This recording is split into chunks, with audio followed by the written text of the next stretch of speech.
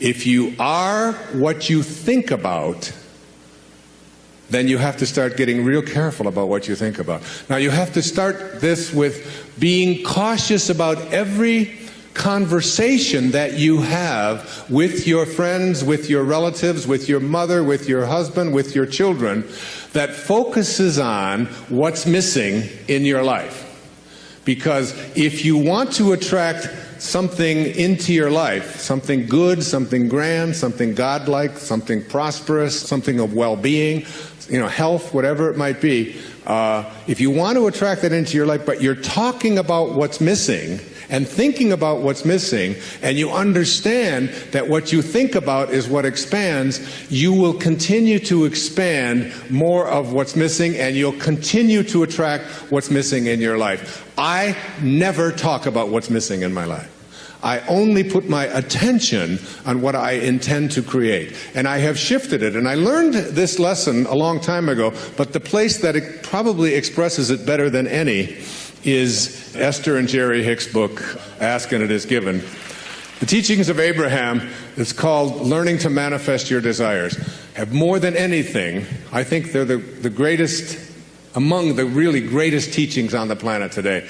And I know Esther and Jerry, I know them well, I've been with them on many occasions. It's about practicing this idea of not putting your thoughts on what is missing and shifting it to, it's on its way. It's on its way.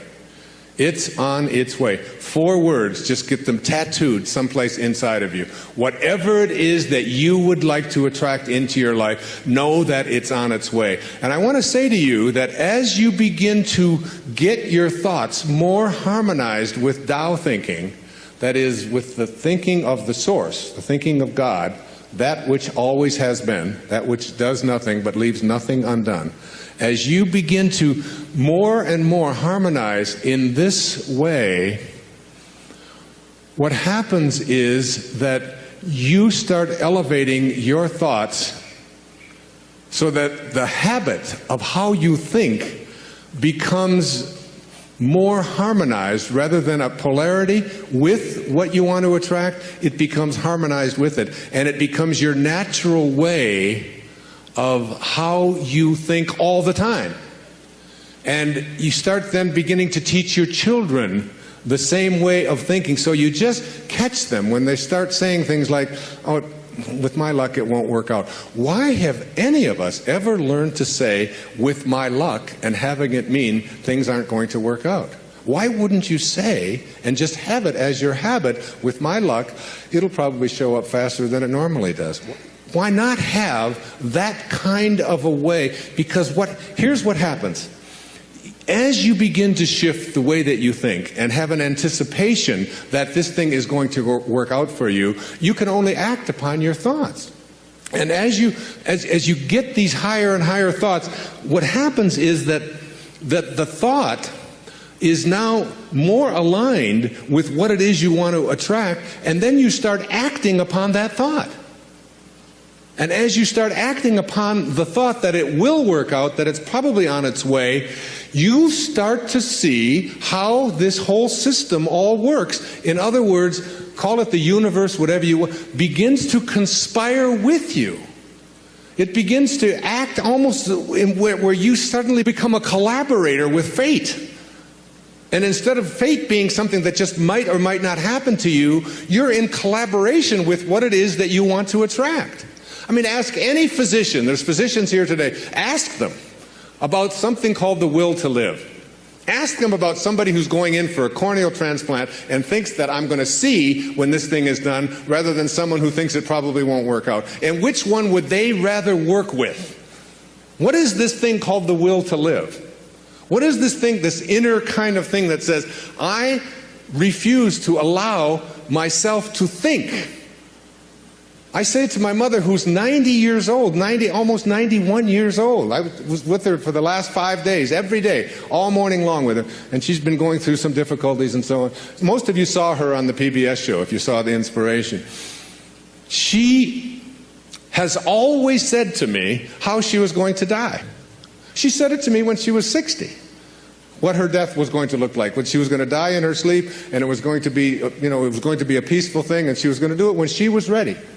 When she was ready, she would leave, and she would know when it was time. And she says, and don't think it's time. I said, well, you got a hangnail there. Maybe we should just move on with it. And she said, no, I'll tell you when I'm ready. But she has always said, I will never allow Alzheimer's into my life.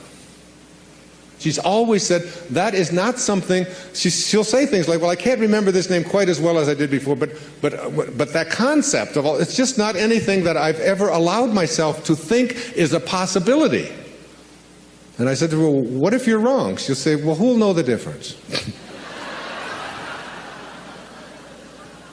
And they've done research on this, in studies on gerontology, where what does your life look like from 60 plus versus what does your life look like from 60 down to into your 20s? That people who live a dynamic life into their 60s, 70s, 80s, and 90s, people who feel strong, who don't feel that getting older means that I have to in any way decline any place, physically or mentally. Getting older has nothing to do with the concept of declining.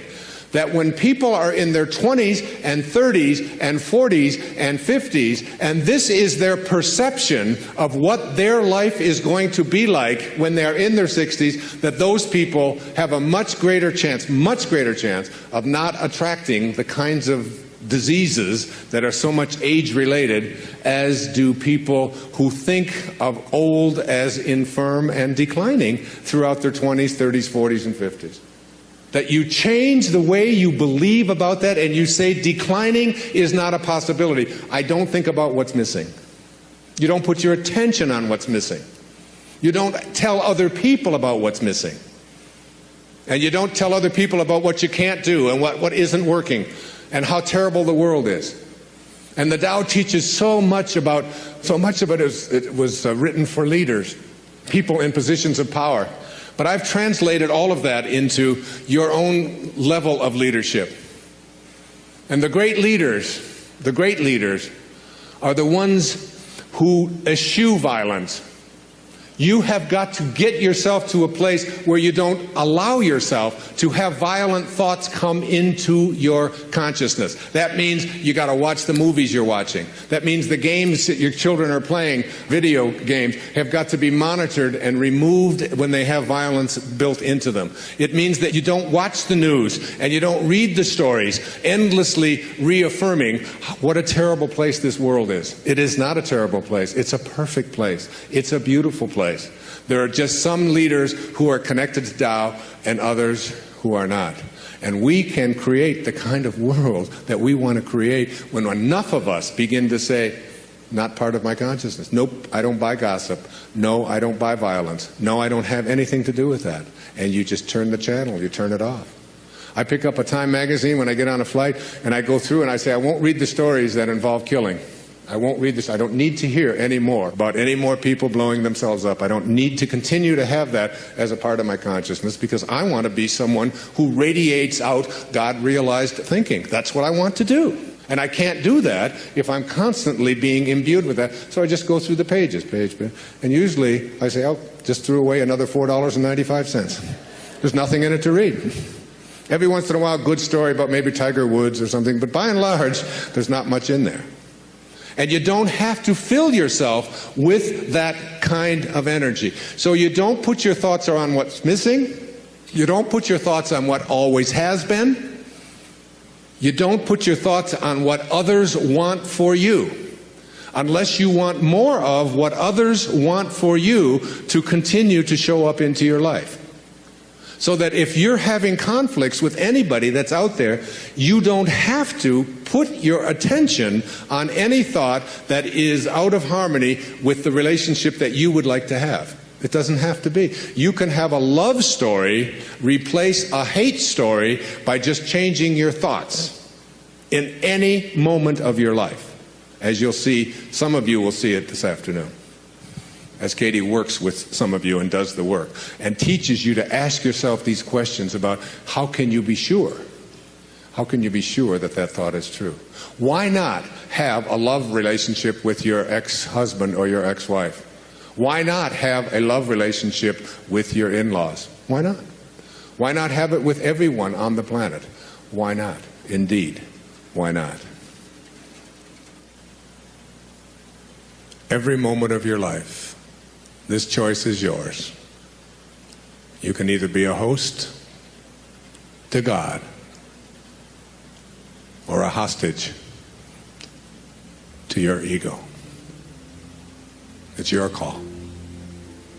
God bless you, and thank you for your attention. Namaste. Thank you.